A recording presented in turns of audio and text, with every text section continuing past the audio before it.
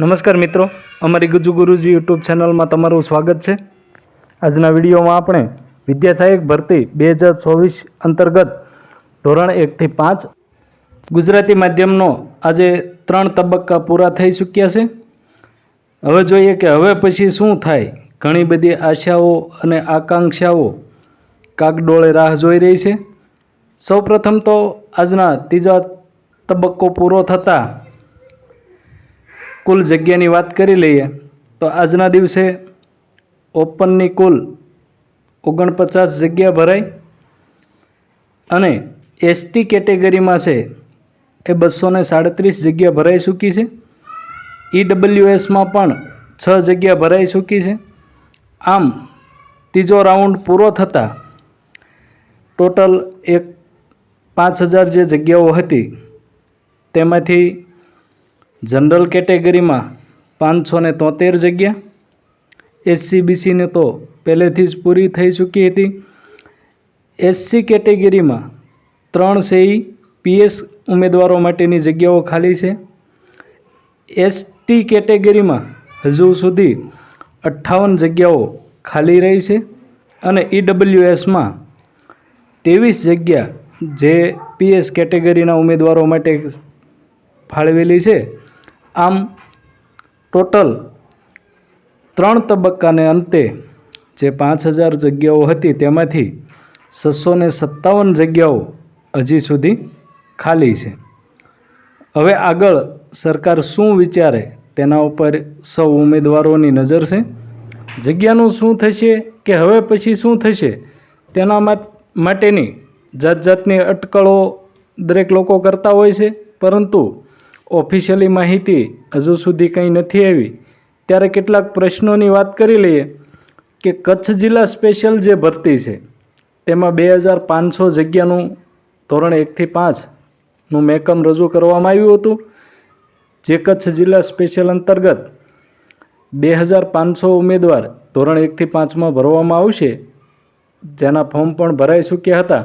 પરંતુ તેમાંથી પણ જે જનરલ કેટેગરીના ઉમેદવાર મિત્રો છે તેઓ આ સામાન્ય ભરતીમાં તમામ લાગી ચૂક્યા હોય તો હવે કચ્છ જિલ્લાની જે સ્પેશિયલ ભરતી હતી તેમાં જનરલ ઉમેદવાર મળી શકે તેવી શક્યતા નથી। એવું લાગી રહ્યું છે કે કંઈક મોટું થશે અથવા તો સરકાર દ્વારા કંઈક મોટો નિર્ણય લેવામાં આવી શકે, જેમ કે વિવિધ ઉમેદવારો દ્વારા અટકળો થતી હોય કે ભાઈ માર્કમાં છૂટછાટ આપશે કે વયમર્યાદામાં છૂટછાટ આપશે અથવા તો નવી પરીક્ષા લે।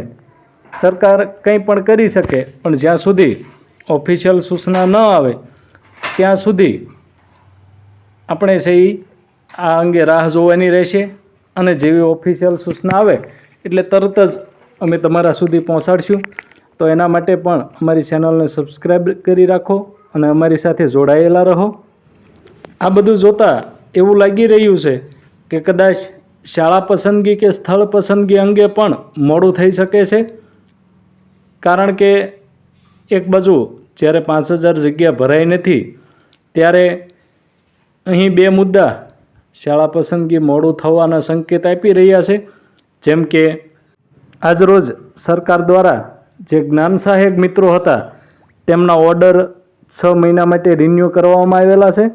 આ 6 મહિનાનો સમયગાળો સરકારે કેમ આપ્યો? કારણ કે અગાઉ જે ઓર્ડર હતા તે તમામ ઓર્ડર 11 માસના કરાર આધારિત જ્ઞાન સહાયકની ભરતી હોવાથી 11 માસ માટે કરવામાં આવતા હતા, પરંતુ આ વખત સ્પષ્ટ શબ્દોમાં 6 મહિના માટે રિન્યૂ કરવામાં આવે છે આવો ઉલ્લેખ કરવામાં આવેલો છે।